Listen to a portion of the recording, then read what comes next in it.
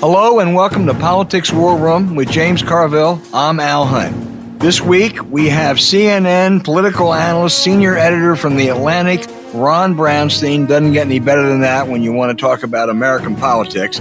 He's going to help us sort out what's going to happen in 2021. Remember, we take your questions each episode, so write into politicswarroom@gmail.com or send a tweet to @Politicon for next week's show. We'll get to as many as we can, and don't forget to tell us where you're from. We love those questions. This episode is sponsored by BetterHelp. Please check out the links to our sponsors in the show notes, and we thank them for supporting this program. It really helps to make this podcast happen. Please tell your friends about us and remind them to subscribe on Apple Podcasts, Spotify, Stitcher, or wherever you get your podcast. James, there's really a lot to talk about. The Electoral College formally said Biden won the election. We've known that for 6 weeks. Vaccines are starting. Biden's making most of his appointments, and only 5 more weeks with Trump. That still scares me. Where do you want to start? Probably, well, we got Ron Brownstein on. It's just Georgia. Georgia's on my mind.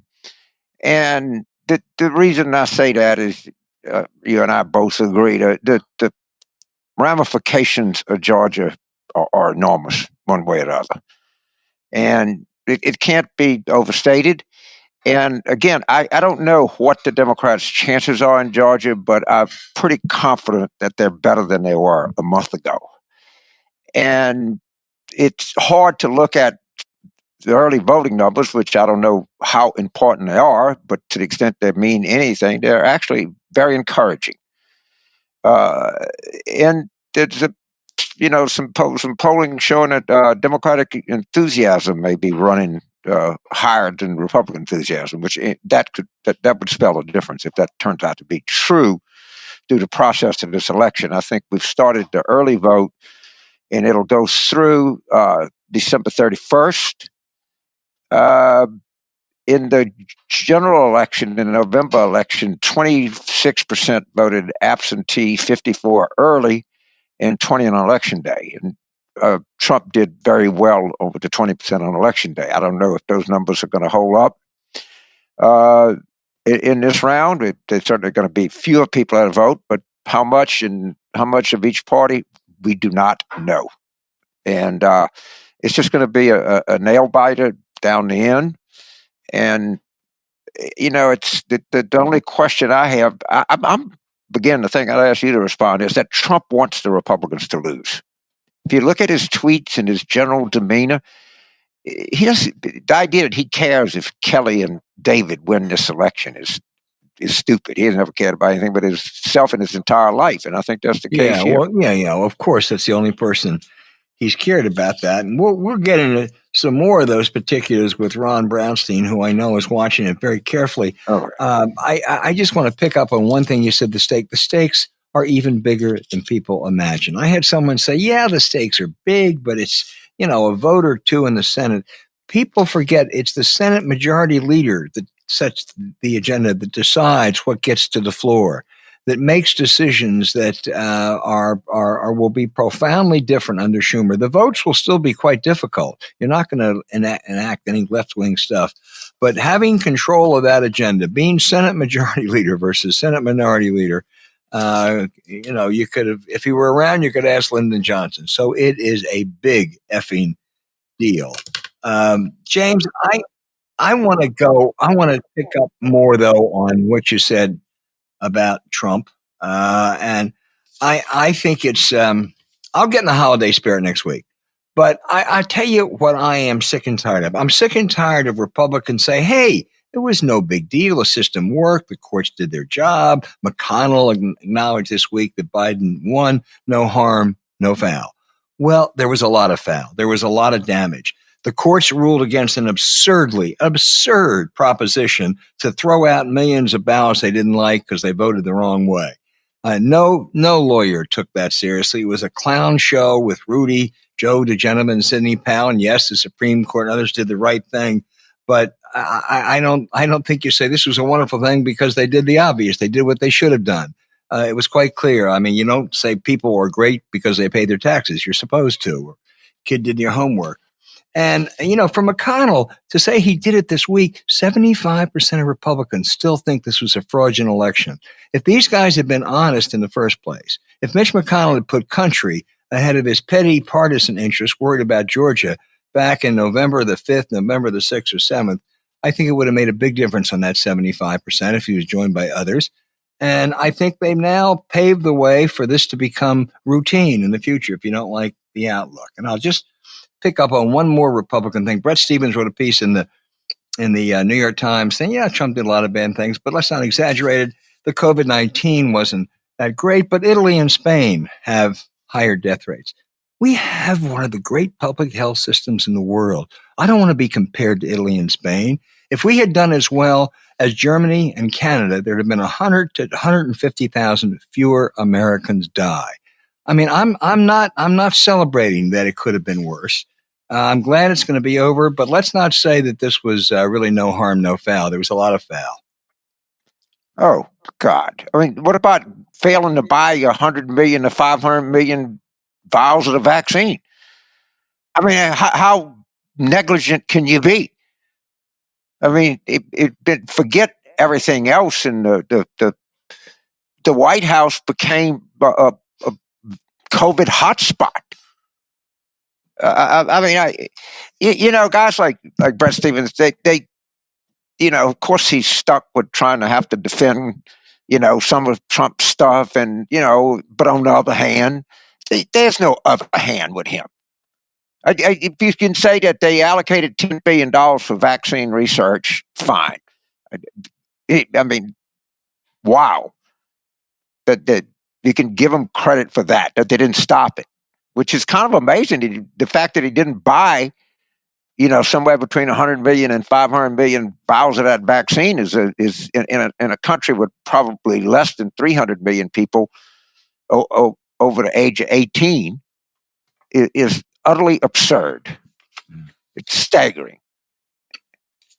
But, somebody's got to figure something different to say. So I guess Bret Stephens has to do that.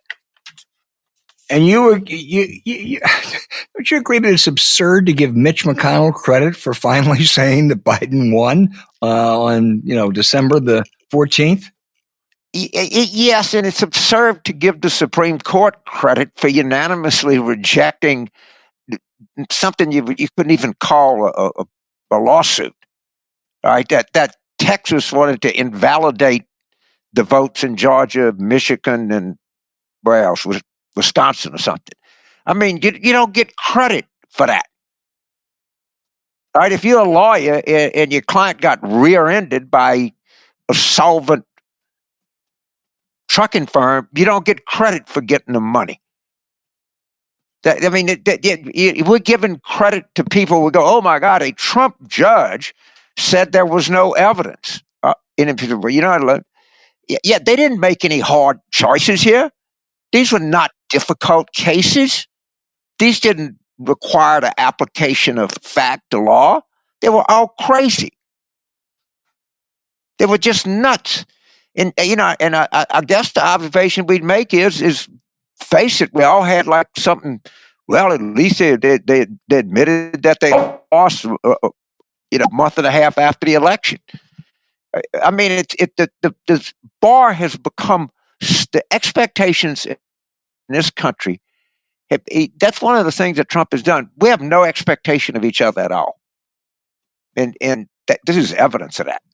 Yeah, I mean, that was not anything. I completely agree, and I'm going to stay in this sour frame just for a bit. And next week is going to be different, James. Next week we're going to have Mary Madeline and Judy Woodruff making fun of us, so it'll be very, very light.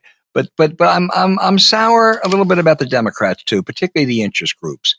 And a guy who should know better, who I'm sure you know, Mark Morial, the former mayor of New Orleans, head of the Urban League, said, wait a minute, Biden's not doing enough. Appointing blacks and diversity, this is not 1976 or 92 or 2008. No, it's not. Joe Biden hasn't acted that way. He has made really superb appointments, not only diverse, which they should be, but they are really good appointments. And I think all these interest groups focusing on this person and that person is doing a great, great disservice. And the other point I would make here is that they've already have named two members of the House to administration posts. Cedric Richmond to the White House, Marcia Fudge for HUD. And now there's a great pressure to name this woman from New Mexico Interior Secretary. She may be very qualified. She may be a great choice. Nancy Pelosi cannot afford to lose any more people. Pretty soon Republicans will be in the majority. She only has a majority of 4 or 5. What in God's name are they thinking? Look, last night I said on television, people in Washington is obsessed with who's at the table. The rest of the country is obsessed with what's on the table. So it's the saddest story I've heard. A friend of mine was telling me a story about a guy that's been a Santa Claus for 30 years. Do you know what the number one thing that children are asking Santa for this year? Food. Food. You want to ruin your holidays? Think about a hungry child. They're not asking for a tricycle. They're hungry. And if everybody doesn't get the exact appointment and if they don't shuffle it around, I bet you they have spent an enormous amount of time trying to figure out how to parse this out where exactly you have this and that. I mean, I can't say in one sense I blame them, but you know what? 2/3 of the Democrats voted for Joe Biden. 80 million people voted for him. Stand back. Give the man some space. All right, he would never not appoint a diverse cabinet or make diverse appointments across the whole spectrum of America. He just wouldn't do that. He is entitled. We're acting like we're having 3% growth and running budget surpluses or something. We're in trouble. People need to act like it. So it's just where we are. Well, he is, and I mean he has a so far much more. He's made more diverse appointments than Clinton or Obama.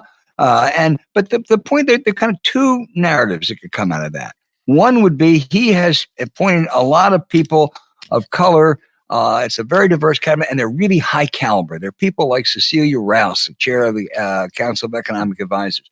You couldn't have picked a better person for that. That's one narrative that comes out of it that celebrates this kind of excellence and diversity. The other narrative is, you know what? They got a quota system of sorts. They're really going to kind of pick X percentage. That's a bad narrative.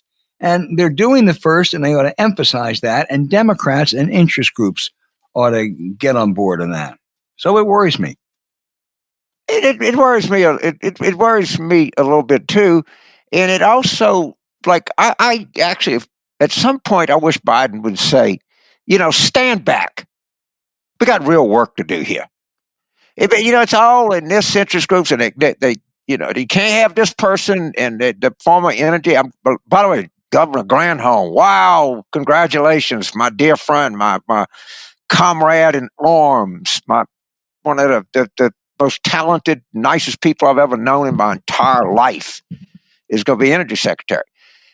And I'm glad, but the environmental groups blackballed the guy that Obama had, the PhD. I mean, and maybe they're saying people didn't want they blackballed Rahm from being transportation secretary. All right, Well, some of the veterans groups that I admire are complaining about Dennis McDonough. There is no more decent, capable person who will take care of veterans than Dennis McDonough. That is a terrific appointment. And you're right; they ought to just back off. But James, it's a party-wide issue. It's not just the interest groups. I saw where AOC, Alexandria Ocasio-Cortez today said we got to find new leaders. We got to replace Schumer and Pelosi. We need some of our people. What world is she living in? I mean, what does she think? Where does she think American voters are? I mean, it's extraordinary. It's so profoundly disappointing. First of all, ma'am, you didn't win anything. All right? We didn't win. We didn't do, other than Joe Biden, the Democrats didn't do very well. These people are acting like that we control stuff. We don't. And a large reason that we don't is a lot of this stuff that these leftists have come up with. Look, you'll see something really stupid. This is why Democrats will break through. I know it's a minor thing. The San Francisco, in the school district, in the middle of a pandemic and an economic crisis in San Francisco, thinks it's smart to rename Abraham Lincoln High School. Well, I could tell you that was all over. That's all over Fox. That's all over Drudge. That's all over everything. Now, is it that big of a deal, James? Well, probably not. I mean, but it just illustrates to people how goddamn clueless we are. I mean, I don't think there's 1,000 school districts that have an Abraham Lincoln High School. There's a Lincoln Parish, Louisiana. There's a Lincoln. I mean, it's just, couldn't somebody say, let's table that resolution and have a study committee, or just standard deferral bullshit that they do? It's just something that the Democrats can't escape from, is some of this leftist silliness. Well, we're going to start a new feature this week. Each of us, and we may have shot our wad already in this show, but each of us is going to have the outrage of the week. Now, this is something beyond the usual bad stuff. That's going to be hard after what we've just been through. We're stealing it from my old CNN show. It was an idea coined by the late Robert Novak. With Trump leaving 1600 Pennsylvania Avenue, it may be more challenging. But James, let me kick it off. My outrage this week is Senator Ted Cruz. And I'll tell you why. He claims to be a brilliant lawyer, former Supreme Court clerk, but he wanted to argue that inane Texas lawsuit to throw out the votes in Wisconsin and in Pennsylvania and in Georgia and in Arizona. It was so absurd the high court summarily rejected it. But Cruz said, I can argue that case. Politically, he's a Trump sycophant. Okay, a lot of Republicans are Trump sycophant, right? But unlike the others, Trump said several years ago that Cruz's wife was ugly and threatened to reveal sordid stories about her. I mean, he said it about Cruz's wife, and he suggested that Cruz's daddy was complicit in the assassination of JFK. I mean, it's fine how he votes. I'm not talking about that. I'm saying he's a man who puts ambition ahead of character and family. And I guess it was best captured by Barack Obama when he said when there was a Supreme Court vacancy. And he said, if I appointed Ted Cruz, I could then have 8 other appointments because all the others would leave. Ted Cruz is my first outrage. Well, he's very worthy of it. And I love this because this is the very part of Texas culture. He said something bad about my daddy, my pappy, I'll fuck you up good. Don't tell. And my whore, you insult my whore. You better step outside, right? Insults his daddy, insults his wife. I mean, insults the way his wife looks. And this guy is just a whimpering lapdog. I mean, there's not a single thing of that remotely reflects Texas culture. It is a worthy outrage. And, time and time again, one thing Trump has done is he's exposed and humiliated these people in a way that no one else could possibly do it. I mean, they've lost any sense. I'm going to keep my San Francisco thing as my outrage. And not that it's that big of a deal, but it's just an example of the unnecessary stuff that they do that radiates out to the country. It's so, they could have had a seminar on Abraham Lincoln. They could have brought people in, and of course, Grant said something anti-Semitic in Memphis one time, so I guess we can't have Grant's tomb anymore. I mean, and to some extent, but when they say, they're going to come after George Washington next, that's not without something. We just don't. We don't need, when there's massive food insecurity, we don't need to debate Abraham Lincoln right now. Right. I agree. It's really important for people to feel good and feel good about themselves, and it's particularly important during these times. And unbeknownst to most people and to me until I think a week ago, there's a really good service that can really help people who are struggling mentally. Yeah, James, you're right. It's BetterHelp. It's spelled HELP. It's a worldwide professional counseling service done securely online with a broad range of expertise available that you might not find locally. All of us say, how you doing? Well, we're doing not that great. It sucks. It's a really lousy time. And then you think, my God, look at what some people are going through. I mean, look at what some people are going through with abuse, with child issues, with spousal problems. I mean, it's just incredible. And those people really need help. And this is the sort of thing that can really help them. I really believe that. That seems like a brilliant service, by the way. Just a hell of a goddamn idea. Yeah, it's important. This is not a crisis line. It's not a hotline. It's like literally getting psychiatrist help online. Well, as you say, it's more affordable than traditional offline counseling, and financial aid is available. BetterHelp, spelled HELP, wants you to start living a happier life today. Recent reviewers are saying things of the service like, Talona, I'm quoting now, Talona has been very understanding of my situation and has brought me to her. Her listening, advice, and insight has helped me address my issue and providing me a way to understand what I did. I greatly appreciate her professionalism and her personal touch with regards to my counseling. That's the sort of reviews and reaction it's getting. Your therapeutic match is important, and in a BetterHelp, you can easily change counselors until you find the perfect fit. BetterHelp can get you communicating with a therapist in under 48 hours, and you can log in to your account anytime to send a message to your counselor, and privacy is assured. The service is getting so popular, they're now recruiting additional counselors in all 50 states. Visit betterhelp.com/war room, all one word.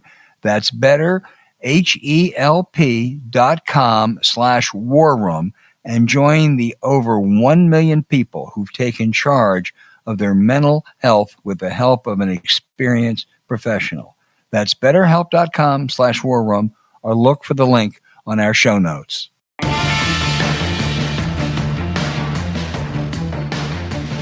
Okay, James, we have Ron Brownstein, the premier national political and national affairs reporter for The Atlantic. When Ron writes, those who care or in the know read. He is that good. Ron, let's start where everyone starts these days. Georgia, less than 3 weeks away. Any early signs? A lot of engagement, and obviously in an election in a state that's divided this closely, Al, I think it's almost impossible to predict. I mean, polls aren't going to tell you who is going to win in a state that Joe Biden, won by 12,000 votes or something. I think you see both sides fully engaged, and I think Republicans have to be concerned about the level of internecine warfare that they're experiencing. It's hard to imagine that will not have some effect. On the other hand, it is also hard to imagine in a state that, Democrats have not won a Senate election in Georgia since the year 2000. Now they have to win 2 in one day. I mean, that's a tall order. Ron, how are the Republican senators Perdue and Loeffler playing this fiasco, this feud between Donald Trump and the governor, Brian Kemp down there? I mean, they're trying to have it both ways. They're siding with one. And again, you touched on it, but it's hard to see how it wouldn't affect at least a few voters, particularly in places like Gwinnett County. Right. Look, they are lashing themselves to the sinking ship. I mean, of Donald Trump, one of the most striking things of the entire post-election period has been Loeffler and Perdue endorsing the Texas lawsuit that would have invalidated all of the votes cast in their state. I mean, I still can't wrap my arms around it. I mean, they were basically saying that everyone who came out to vote in Georgia, your vote should be thrown away, and the legislature instead should decide who the state's electors are cast for. And the fact that as we speak, post the Electoral College vote, post Mitch McConnell, post Vladimir Putin, Perdue and Loeffler still will not say that Joe Biden won the election. So obviously they are all in with Trump, with the Trump, betting on the Trump base. Even as the other leading Republicans in the state, the Attorney General, the Secretary of State, have argued and contended that the Texas lawsuit was baseless. The claims in it were made of air. They've continued to go down this road, and I don't think it's correct. To say, I look at them as an example of why it is not correct to say that Republicans are doing this only because they fear Donald Trump. I think so many Republicans are falling in line behind this because they have essentially been forced into or voluntarily adopted the same political strategy as Trump. They need this, overwhelming turnout among non-urban and non-college whites because they have accepted a political trade in which they are facing erosion, not only in the urban areas, but in the inner suburbs. And Loeffler and Perdue are not only scared of what Trump will do to them, they are scared of what will happen if they do not get these superheated levels of turnout that Trump has shown himself in 2 elections capable of producing. And they're willing to do anything. Of course, they don't remind voters if they had their way with that Texas lawsuit, it also would void their wins on November 3. But the hypocrisy is stunning. I read a couple pieces that Republicans want to nationalize this race. Of course, a race is nationalized. I imagine almost every Georgia voter knows the stakes. Joe Biden was down there this week. Obama's been there. This is a race. These are 2 Senate races that have more national implications than I've ever seen before. Well, let's say that every Senate race, I think, is now nationalized. I mean, we've gone through 2 presidential elections in which there have been a grand total in the last 2 elections of 1 state that voted differently for president and for Senate.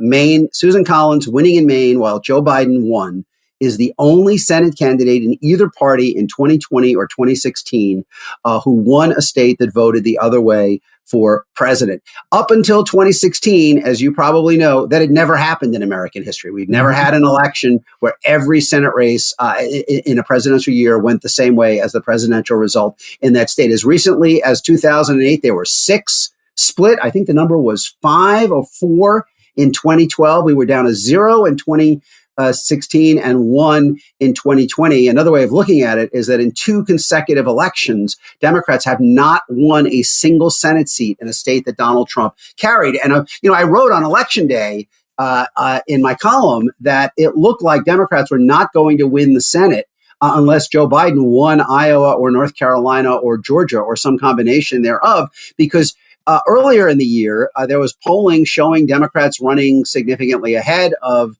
Biden in some of these states, but it was converging in the final polling. We were getting to a point where in essentially every state, 90+% of the voters for Trump were also saying they were voting Republican for Senate, and 90+% of the Democrats were saying they were voting Democratic for Senate. I mean, these are becoming quasi-parliamentary elections in which, as I like to say, the color on the front of the jersey matters more than the name on the back of the jersey. Voters are really saying which party they want to see in control of the Senate. And that is, I think we would all agree, a bit of a headwind for Democrats in Georgia. It's not clear to me that there is yet a majority in Georgia that says we want unified Democratic control, which is why I wanted to not think it is unlikely, but not inconceivable. You have a split verdict where one of the Democrats win, probably Warnock more likely, and one of the Republicans win.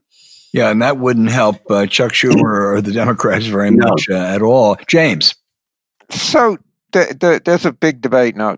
I want you to weigh in. People like George Packer, who I really like, and John Harris, who I really like, both good friends of mine, both of the thesis that as Trump walks away from the presidency, his influence and his hold on the Republican Party will diminish.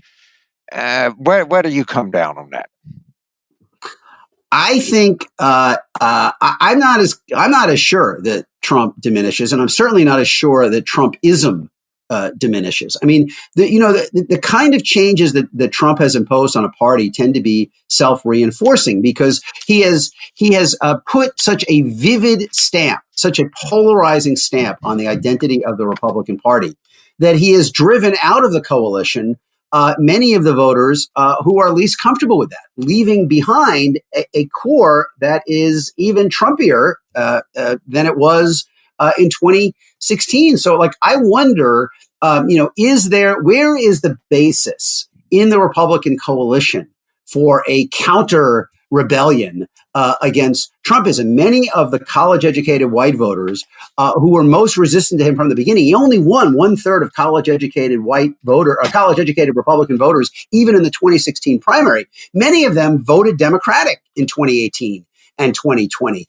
And if they continue to see themselves as Democrats, if Biden is successful and is able to kind of cement that identity, fewer of them are going to participate in Republican primaries in 2022 and 2024, which means that you're going to have a Republican primary electorate that is even more non-college, non-urban, and evangelical. So until we see candidates build a coalition for a vision of the party that is not as polarizing, that is not as kind of racially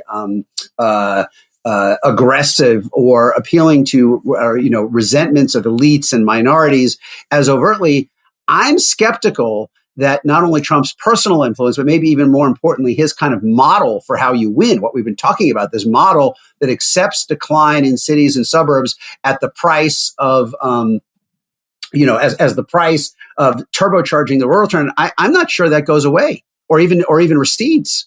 It may further advance. Again, kind of a self-reinforcing process. Well, it's certainly on display in Georgia because the only way, and it is a way. I mean, you would say likely. I might put whatever word slightly. Way for Purdue and Leffler to win is they have to maintain a turbocharged turnout among the rural whites. I mean, there's no other path because the Democrats they're going to vote. I mean, there is one other possibility, right? I mean, there is the risk for the Democrats, and we don't know this, and is whether there is a sliver of the suburban white collar voters, really of all races, but particularly white college, who voted for Biden but would not be comfortable with unified Democratic control and thus may be willing to vote for one of the Republican senators to prevent that. We're not going to know that until we see it, although it is worth pointing out that Purdue lost Cobb and Gwinnett by considerably smaller margin than Trump did, which suggests there were really some voters who are making some version of that calculation. There's a academic, Charles Bullock is an academic at the University of Georgia. He's got a piece that Trump actually ran behind the other Republicans. Yeah, he did. But not by a lot. Right. When you go through it, there ain't a lot of gruel there, but it's true. But I think the turnout model is I would be surprised if it totally replicates the turnout model in the November election. So there's going to be some distortion. The hard part, as Al was alluding to before, I mean, is it possible that this level of open conflict between the governor, the Secretary of State, and the Attorney General on one side, and Trump and the two Senate candidates and Doug Collins and the QAnon lady on the other will have no effect on Republican turnout? If so much of the party is absorbing the message that your vote was stolen, the vote was stolen, your vote didn't matter, just hard to believe that won't affect it at all. But, Trump has shown he can turn out his America. And, with 2 elections in a row, he turned out more of them than almost anybody expected. Yeah, I think Trump thinks it's in his interest for the Republicans to lose those 2 seats. Because I think he wants to say, you see, without me, go ahead, try it without me. You're going to lose everything. I think in his convoluted mind, and he's tweeting out, that Brian Kemp is going to drag Kelly and David down with him. He so is into that narrative, and he's so crazy, and he so doesn't give a crap about the Republican Party and Mitch McConnell. That's the last thing in the world he cares about. I think he would like to see them lose. That's just my interesting. People have argued that a unified Democratic control that is actually able to advance some of the things that Biden ran on, as opposed to having a very constricted agenda, might even be more in Trump's interest. to run against if he wants to run again. I mean, I don't know about you. I'm personally skeptical that in the end Trump actually does run again. I mean, I think he will dangle the possibility until the last possible moment. James will very much remember Mario Cuomo having the plane chartered on the runway in Albany on the last day for New Hampshire in 1991. But what's that? It was in December. It was in December, yeah. And, I can imagine Trump going down to that wire, but again, I'll believe it when I see it that he actually, puts himself through this again. But I do think he's going to dangle the possibility for a very long time. And well, John, I would just tell you there's one difference between Mario Cuomo and Donald Trump. Mario Cuomo was a genuine political Hamlet. Donald Trump, it's a money scam. I mean, as long as he's making money. And I tend to agree with you. I look at him now, he's obese. He's going to be 78. Then I don't think he's going to run, but who knows? Look, I think he's been a lousy president. I think he's been a lousy political leader, as James and you were saying, doesn't care about anybody else but himself. But, he's actually leaving the party in what on the surface looks like pretty decent shape. They're probably will stay in control of the Senate if they win one of those seats. They're within striking distance of taking over the House in 2 years. They control almost all the important redistricting decisions. The party hadn't really paid any price for Trump. Well, I mean, yes and no. I mean, I agree. Basically, I mean, what Trump has done is, shifted the axis, right, of our politics. We were already shifting in this direction, but he kind of pushed it further. And, it is this, what I believe is this dividing line between the voters and the places that are comfortable with the way America is changing demographically, culturally, and economically, and those who are not. I call it the coalition of transformation and the coalition of restoration. And what he has shown is the capacity both to generate enormous turnout in the kind of the coalition of restoration in non-urban and particularly non-college America. And even in this election, Al, as you know, to make some gains, particularly among men, Hispanic and African-American men who respond to elements of his cultural message and kind of, they are non-college working guys too, and they are coming around to it. But you can't ignore the other side of the ledger, which is that under Trump, the Republican Party is being systematically exiled from the places that are growing the fastest. Yeah. The big metros that are driving the economy. Joe Biden, the counties that Joe Biden won accounted for 71% of the total GDP this time, even more than the 64% that Hillary Clinton won.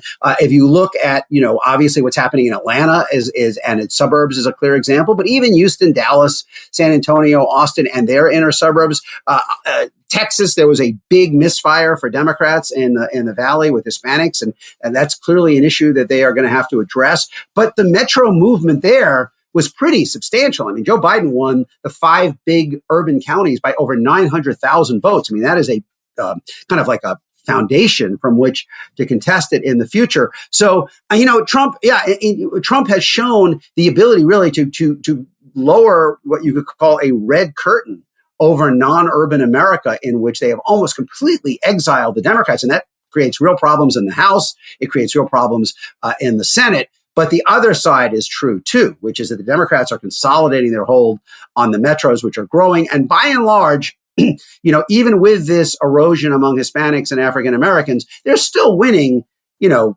2/3 or more of many of the groups that are growing in society. They're up to like over 3/5 of, millennials and Gen Z, and they're still at 2/3 among voters of color. So I wouldn't say it's a complete picture of health, but it is one in which there is, look, if you're dominating non-college white voters who are important everywhere to the extent that Republicans are, you're going to be competitive in a lot of places. Well, I mean, to go to your point, there was a lot of speculation ahead of time about Joe Biden in Pennsylvania, native of Scranton, working class Joe, do a lot better than Hillary in Western Pennsylvania, Northeast. He really didn't. I mean, he did marginally better. Marginally, right? Just a little bit. Pennsylvania because of that massive vote that he turned out in those 4 Philadelphia suburbs, which used to be, not only was it the heart of Eisenhower country, it was the heart of George H.W. Bush country just, 30 years ago. But that's what delivered Pennsylvania. He won those 4 counties by more than double the margin. Yeah. How do you think Biden's doing so far, Ron? I don't think the pudding has a theme yet. I mean, I don't think you can get a full. His cabinet has been artful in the sense that it has avoided, truly alienating any faction in the party. He's found a lot of people who are acceptable, but he hasn't really produced a lot of vivid figures yet. And I think he hasn't really tipped his hand about what kind of presidency this is going to be. Is it one that is going to aggressively challenge the boundaries of executive power and try to confront Republicans on a regular basis? Is it one that is mostly going to try to conciliate and work with Republicans? I thought, Al, the speech he gave, and James, the speech he gave after the Electoral College certified his victory on Monday perfectly encapsulated the strategic choice he faced and left us, unclear about his ultimate resolution. In that, the first half of the speech, he called out the radicalism of what Republicans have been doing since the election much more explicitly than he has it ever before. As you know, up until that speech, he has basically kind of shrugged it off. Their goal has been to project inevitability and to kind of almost laugh off what Trump was doing, even as more and more Republican House members and attorneys general and people like Perdue and Loeffler have endorsed it. So in the first half, he, I think, painted a much starker picture of what he is facing in the modern Republican Party. And then he immediately pivoted in the second half and just said, but it's time to turn the page and we can work together. And it left me thinking, okay, is the Republican Party that he described in the first half of the speech really interested in the kind of cooperation that he called for in the second half of the speech? And I feel like that question, we don't know the answer. I suspect the answer is less than more. And I feel like his cabinet kind of holds in abeyance the same question as well. I don't think it gives us a clear signal of what kind of presidency he intends. Maybe that's the signal, that there isn't going to be, a sharp delineation. It's going to be a little bit of cooperation and a little bit of confrontation. James. Yeah, I will. But I'd add, if you get the two Georgia seats, it changes quite a bit. Did I correct that? I'll read you after the election that you expect skepticism that any other Democrat but Joe Biden could have beaten Trump in this cycle. Did I remember that correctly? Yes. Yeah. I am. I was skeptical. I think for the point that Al raised, which is that Joe Biden, Scranton Joe, middle class Joe, 78-year-old white Catholic, if he was only able to claw back this limited success among non-college and mid-sized industrial cities, non-college whites and mid-sized industrial cities, if he was barely able to win Wisconsin and Pennsylvania, Michigan's in a slightly different category. Do I think that Pete Buttigieg or Kamala Harris or Bernie Sanders or any of the others could have won Michigan, Pennsylvania and Wisconsin? I'm pretty dubious. The magnetic pull of Trump for those kinds of voters is really, really powerful. And even with all of the assets that Biden has culturally, he was just able to do slightly better in Green Bay and slightly better in Erie and Scranton and, no worse in Beaver and Westmoreland. I wonder if anybody else could have done it. And then if they could not have done that, you're left with, I think, Biden only delays the question that if you couldn't have done that, you would have had to have flipped more of the Sun Belt in order to make this work. Biden did important work on that front in taking Arizona and Georgia, albeit in Arizona by a much narrower margin than I think I expected or most people expected. But you're going to have to start winning North Carolina as well if you're not going to be able to win Wisconsin and Pennsylvania, and maybe eventually Texas or Florida, and that's just not there yet. That's why I thought he may have been the only one who was able to hold those Rust Belt states while the Sun Belt states continue to evolve in a direction toward the Democrats, given their underlying demographic changes. A majority of the under 18 population in almost all of these states are kids of color. The majority of the kids, turning 18 every year are kids of color by now. So every 4 years, those places get a little better. But obviously, Texas is not quite ripe yet. And North Carolina is still really hard for Democrats. So Biden may be the only person to hold on to Michigan and Pennsylvania. And for that reason, let's see how these 4 years go. But you could imagine a lot of pressure on him to run again at 82 in 2024 with Democrats uncertain that whether it's Kamala Harris or Buttigieg or any of them can really pull together the same coalition that Biden did. Well, you brought up my next question. All right. And this is fool's folly, but because it's you and probably no one else could tackle this. But let's assume it's 2024, and let's assume that Biden is a one-term president. What kind of candidate do you think that the Democrats would have to nominate if not Joe Biden? Well, it goes back to the same choice as in 2020. I mean, do you try to reassure enough center-right white voters that the Democrats are an acceptable alternative? Voters who may have been Republicans previously but are uneasy with the modern definition of the Republican Party? Or do you go all in on trying to mobilize the new coalition of young people and non-white voters? And obviously, if you nominate Harris in 2024, who would be the front runner as the vice president, presumably he's a successful presidency, even if it's not, then you're betting almost entirely on the latter, because I think if you look at Biden's number among non-college whites in Wisconsin and Pennsylvania, it's hard to imagine Harris wouldn't give away a couple more points on that front. So you're betting that you can win Arizona and Georgia. They're not nice to haves in a Harris candidacy. They're have to haves, and North Carolina may be in the same circumstance. Then if you don't go that way, the most logical person you can imagine to be Joe Biden, if Joe Biden can't be Joe Biden, is Sherrod Brown. But that might be a very hard nomination to win for Sherrod Brown against, say Kamala Harris. So it's the same choice. Eventually, I do think the Democrats will get to the point where the generational transformation or replacement will be sufficient that you can put all of your chips on tipping Arizona, tipping Georgia, tipping North Carolina, maybe tipping Texas. But I'm not sure by 2024 they'll be there. Yeah, I think one of the main reasons that Biden got nominated is just the winnability. Right, Pete? I mean, that was a huge issue in the 2020 Democratic primary. Yes. Right? Yes. When Warren came out for Medicare for all, it killed her. Not that Democrats were against Medicare for all necessarily, but they had determined, I think correctly, that he was a stone-ass loser in a general election and they couldn't go with it. Yeah, that was a factor. It was a huge factor. Yeah, and you can't, right? I mean, you can't. I think Democrats are not going to come. Democrats are going to come out of this election chastened, not.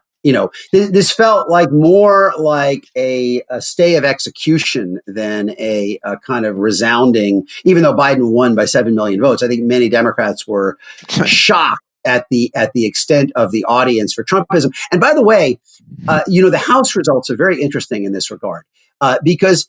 If you look at the seats, with the exception of the seats in Orange County, maybe, if you look at the seats that Democrats lost in the House, there weren't many shocks in there. I mean, those were districts that were very pro-Trump districts that Democrats won in 2018 that obviously were going to be hard to hold with Trump himself on the ballot. The shock was that the suburban wave that rolled through 2018 didn't keep rolling into new terrain. I mean, Democrats thought they would offset those losses by winning Indiana 5 and Missouri 2 and the open seats around Houston and Dallas and Cincinnati, Chip Roy's seat outside of Boston. They didn't. And those were not necessarily Trump Republican districts. Those are just kind of ancestrally Republican suburban districts. And it kind of suggests, I mean, the challenge for Democrats, I think, is that if this is high tide, a 7 million vote popular vote win that gets you over 50%, if this is high tide and that is all of the terrain that the water covers, it's not enough for a stable majority. I mean, Biden did win probably 222 or 223 House districts, which is better than Clinton or Obama did while winning the popular vote and is a reflection of the way Democrats are competing in more white-collar suburban seats, particularly across the Sun Belt. But 223 is not a huge number. And, there are roughly as many Democrats in Trump districts as there are Republicans in Biden districts. And it wasn't that there was a huge disparity or differential in the split ticket balloting. It was that even while winning 51%, the water didn't cover that many House districts. And so at some level, despite what I said before about the Democratic dominance of the metros, which is solidifying and is critical, the party does have to figure out how to put a few more small town, rural type places in play. I mean, the question they used to ask in the 70s, Al, you remember when they were having all the SALT hearings and, would you trade the would you trade the American arsenal for the Russian arsenal straight up? On balance, you would take the Democrats' hand, I think, going into the 2020s, because the places and groups they are strong with are growing. But it's not like a dominant hand in that if you're letting Republicans drop this red curtain over every place that's more than 30 miles from a city center, or as David Wasserman would say, every place with a Cracker Barrel in it, every county with a Cracker Barrel in it, you just leave yourself a very narrow margin for error in the House and the Electoral College, and the Senate becomes almost impossible. Right. No, I agree. I think the optimism that some Democrats had just a few years ago, that even with Trump, that the demographics were working so much in their favor, that Clinton wasn't a great candidate, the Russians interfered, but the future was theirs. I think they're less optimistic today than they were just several years ago. And that's because of the results that you just alluded to. But one good thing we know is that it is, while it's confusing, we'll have Ron Brownstein around to clarify it. Ron, if not sooner, I hope you'll come on when your book comes out. Oh, absolutely. We will rock me on the water together, I hope, in 2021. We will do that. Thank you. Hug to your wife. Be safe. And we'll talk to you soon. Thank you all. Thank you, Ron. Thank you. Thank you.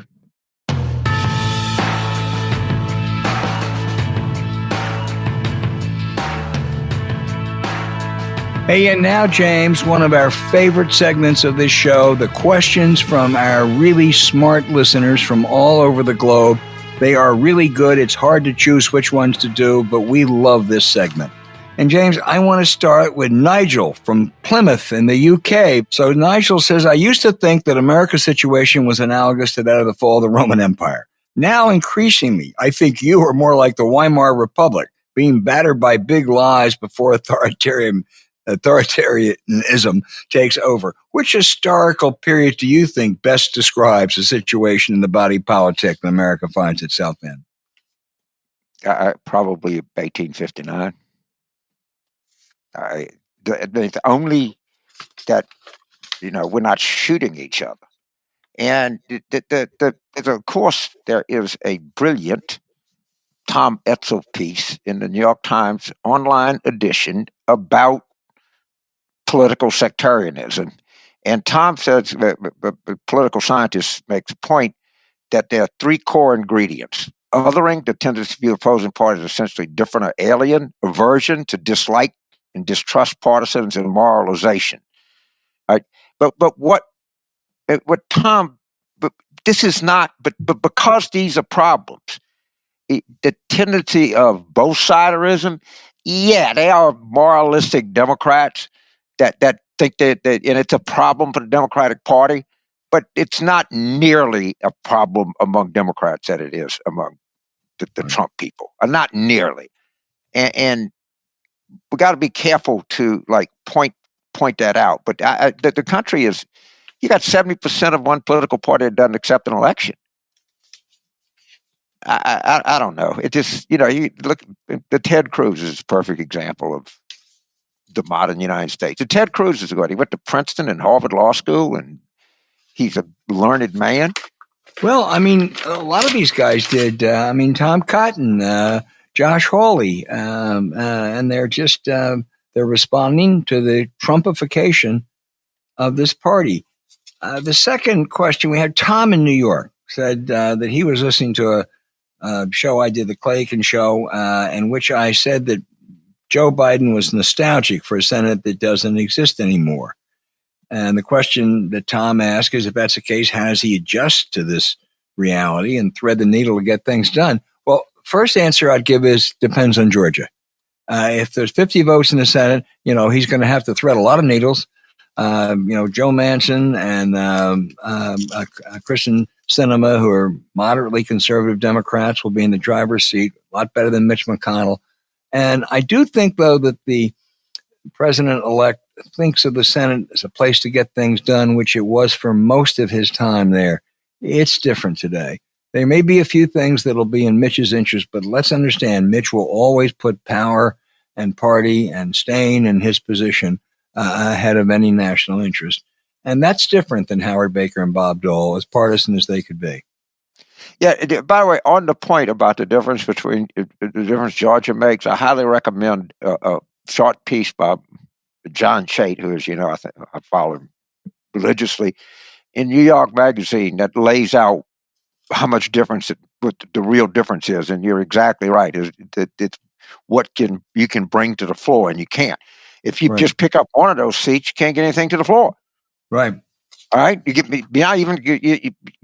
couldn't bring, if you have those seats, at least you can bring the Supreme Court nomination to the floor. Right. And people have to, you're exactly right. And Chait amplifies your point, and it's worth our listeners reading that and understanding why Al Hunt is so believes that Georgia is much more than having a 50-50 Senate. The consequences and the ramifications of this are unbelievable. And to Joe Biden, they're unbelievable. So, I mean, James, that point is so right. Just two reminders. Number one, Merrick Garland, if he got into the floor, if there'd been a vote, up and down vote, however you want to do it, would have carried with, maybe 60 votes. No question he would have. McConnell wouldn't let it come to the floor. And Correct. This year, if you'd put a relief stimulus package on the floor anytime June, July, or after the House passed it, after the House did their duty and acted, and you put it before the Senate, it would have passed with an easy majority, and McConnell wouldn't let it. That's what's at stake in 2021. It is, and it's worth repeating. You can't. There's all kinds of legislation that would pass if you let people vote on it. Yeah. But if you don't let people vote on it, it's not going anywhere. And the majority party controls what gets there. So it's worth repeating. We got a good question from Charles. I have a criticism of Charles. He doesn't tell us where he's from. I want to ask everyone to please tell us where they're from if they don't mind. But Charles asked a good question. He says, Republican Party seems to be devolving into something akin to fascism. When Trump leaves office and his influence over them wanes, I think that's a question mark. Will they be able to reconstitute themselves as a party that can attract, more people? First of all, I think it's a stretch to call the Republicans a party. Mm-hmm. I think that by and large, their personality code. Now, the single thing that Republican voters want Republican office holders to do is to protect Donald Trump. That is the single most important thing to them. So, the tax cuts, deregulation, you know what I mean? Pro-life judges. That's not what they want. Trump protect. Now, and of course you have Ted Cruz acting totally like a sycophant, totally anything, because he's totally dependent on his Trump voters. And I think Trump actually wants them to lose in Georgia, because he will tell them, that's where you are without me on the ballot. That's what's going to happen to you. You got to bring me back if you want power, because these voters are not coming out unless I am on the ballot. And you know what? He's got a point. Yeah, he's got a point. They may be addicted to him, and when he leaves office, he can make life so miserable for them, you can't believe it. And the idea that he's going to be gone, and I know George Packer says he's going to wilt away. John Harris, who I like John a lot, he's one of the most experienced journalists I've known in my life. He thinks that once he leaves, he'll go the way of the vapors. I hope they're right, but I fear that this virus is a little more resilient than Georgia. Yeah, I fear that that nightmare is going to stick with us for a while. Listen, this is a good question from Pam, but it's even better because she is from Owl's Head, Maine. Owl's Head, Maine. And I think it's directed more at me, James. She says she's a bit disappointed with the disparaging comments about Biden's appointment. This podcast has often said give Biden a break, but it didn't seem to think twice about undermining Biden's judgment about two recent appointees. What gives? I think we both have been really laudatory about the vast majority of his appointments. The two that I expressed reservations about, first was Marcia Fudge at HUD. She's a member of the House. Nancy Pelosi may have a majority of only 3 or 4. When someone leaves the House to take a cabinet post, there are 60 days before the next election is held.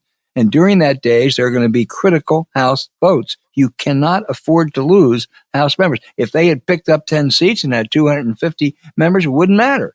But when you have a majority of only 3 or 4 or 5, then every seat you lose, even if only for 2 months, hurts. And the other one, it wasn't a criticism of the appointment, but I think it probably alluded to Neera Tanden, who I think is a person of great capacity. I one time referred to her as the Sugar Ray Robinson of policy walks. No one understood who Sugar Ray Robinson was, showing my age, but he was the greatest fighter pound for pound that ever lived. She is a terrific policy person, but it's going to be really hard to get her confirmed, and you're going to have to use a lot of shit to do that. And I raised the question of whether it would have been better to appoint her to another post that didn't require confirmation. Not critical of her on the substance at all. I don't think you have been critical generally of the appointments either, James. I think, yeah, but nitpicking. To some extent, she has a point. I mean, but we have hardly been, that critical. But we were talking early in the thing. At some point, you got to just hook it up and say, this is what we got. We're going. This is our starting 11. And I think we're at that point now. And yes, could done different, but sure. All right. And would I preferred this and not that? Sure. But boy, on the whole, and I would tell our friend in Owl's Head, Maine, not on the whole, overwhelmingly, not only is this team I don't know, interstellar galaxy leap from what we have, but compared to other cabinets, recent cabinets, the Obama cabinet, the Clinton cabinet, and, the George H.W. Bush cabinet in many instances, it is as good or better. Yeah, it really is. And more diverse and ready. Now, they're not, someone, I guess it was David Ignatius, said there are not a lot of bold thinkers. Well, there may not be, but something at this time, I think we need to be steady as you go. I think we need to go and we need some calm. But a good friend of mine who is really smart, I'm not going to mention the name because it's a private conversation, was saying, it's just so faces. There's not it's a fresh face. And I said, Biden didn't run as a fresh face. Right. He didn't say, we summon a new generation to challenges of 20 years now. He did not run as that. Right? Kind of hard to do that when you've been in politics for 48 years and you're 77 years old. But you're absolutely, right. You're absolutely right. He didn't run as a fresh thinker.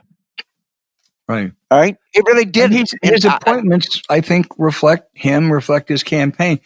Patricia in Chicago, who really liked Tim O'Brien and John Barry last week, and she paid special attention, James, to your on-point critique of Democratic messaging.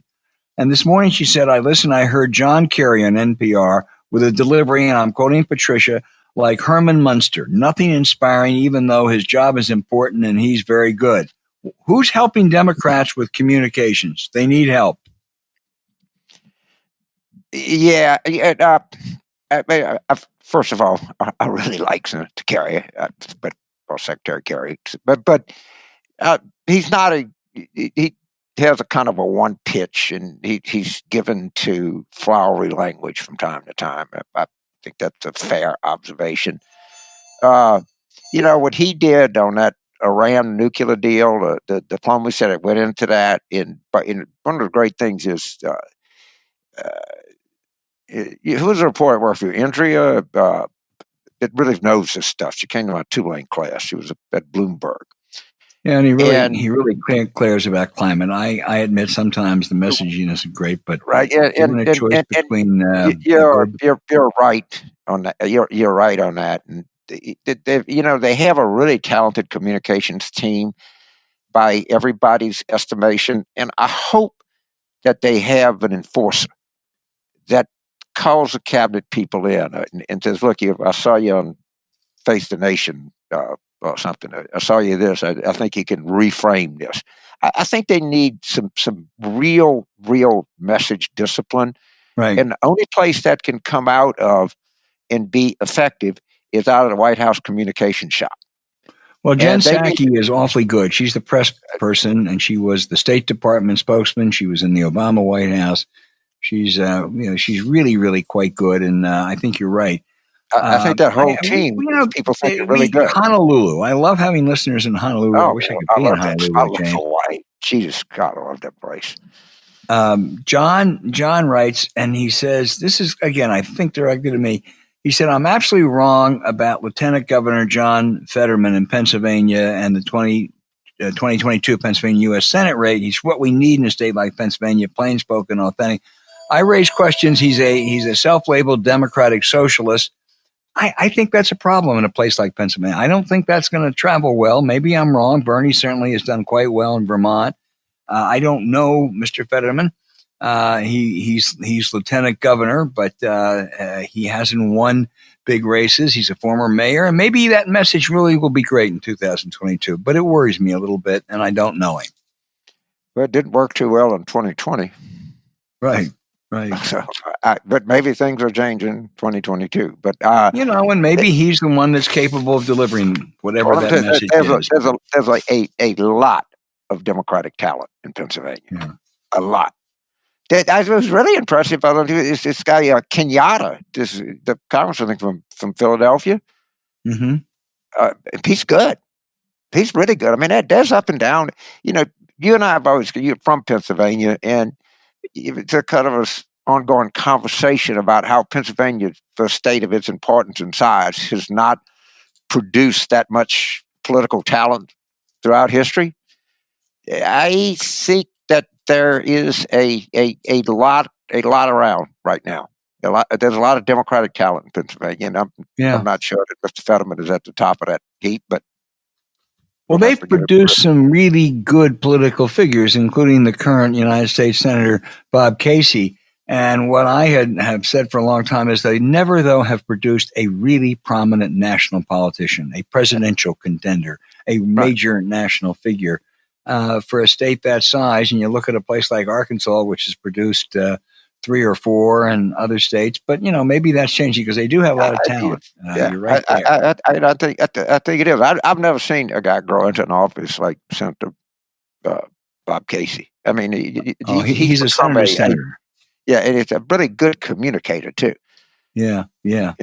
Really good communicator. I'd Final like to question, see James, is to you. It's a good one. It's Andrew, who's in Maryland. I don't know where, but someplace in Maryland. And he says, concerning rural America, why aren't policies such as broadband for all or a digital New Deal making headway? What do you think about Tom Vilsack, former Iowa governor, who's been beating this drum for rural America and its importance to politics for years, about Tom Vilsack coming back? Look, you know him. I know him. He had people would say, "Man, this guy didn't bring him back." So I'm just telling you, Obama thought he was the most talented cabinet member, and the neglect of rural America is something that it's just one of the great tragic stories I've seen. And by the way, there's a lot of non-whites that live in rural America. The Mississippi Delta is rural America. All right, so let's.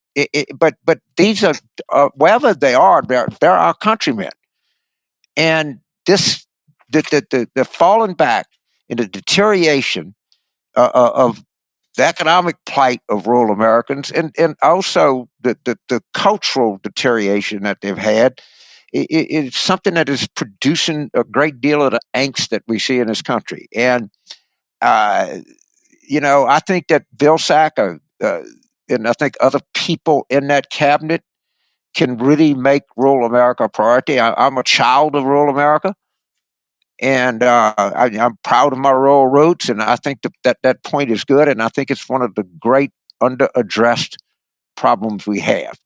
By the way, Native Americans live mostly in rural America. You see these processing plants where you have these COVID breakdowns, a lot of those in rural America. Yeah. So we ought to understand that rural America is a very, very complex entity. And all across, their incomes have just deteriorated.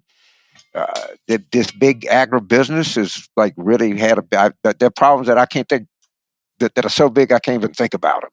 But I mean, Vilsack is the kind of guy that can make a difference. Yeah, no, I agree. I generally think it's not a good idea to come back to a job you held before.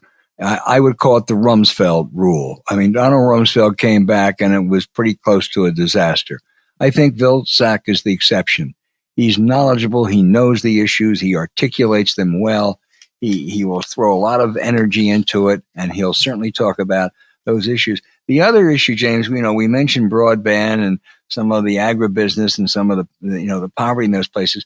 There, when I look at states like Georgia and Texas and North Carolina, Medicaid expansion, the lack of Medicaid expansion, only 12 states are killing those rural areas. They're closing hospitals. There are people who are dying. And it just is an issue that I think Democrats they really didn't articulate it as well as they should have in those places. But there's a lot of opportunity there, and I think Vilsack can help them get started. God, I mean, the whole rural hospital thing is we want to do a show on that. I mean, the crisis in health. Coming back to Biden and the cabinet, but I think really what we're looking at is he's just trying to stabilize the country. Right? It's like somebody, you show up at the emergency room and you've had a heart attack. I mean, they're going to, they can sit down and talk to you about your diet and your habits and your medication. But right now, you just get the damn thing stabilized. Right. Hey, thanks for listening to Politics War Room with James Carville, and I'm Al Hunt. Remember to email your questions to politicswarroom@gmail.com or tweet them for next week's show at Politicon. Thank you for subscribing on Apple Podcasts, Spotify, Stitcher, or wherever you listen. Please rate the show with a 5-star review, and we'll be back next week with another show as we continue our war room planning for 2021.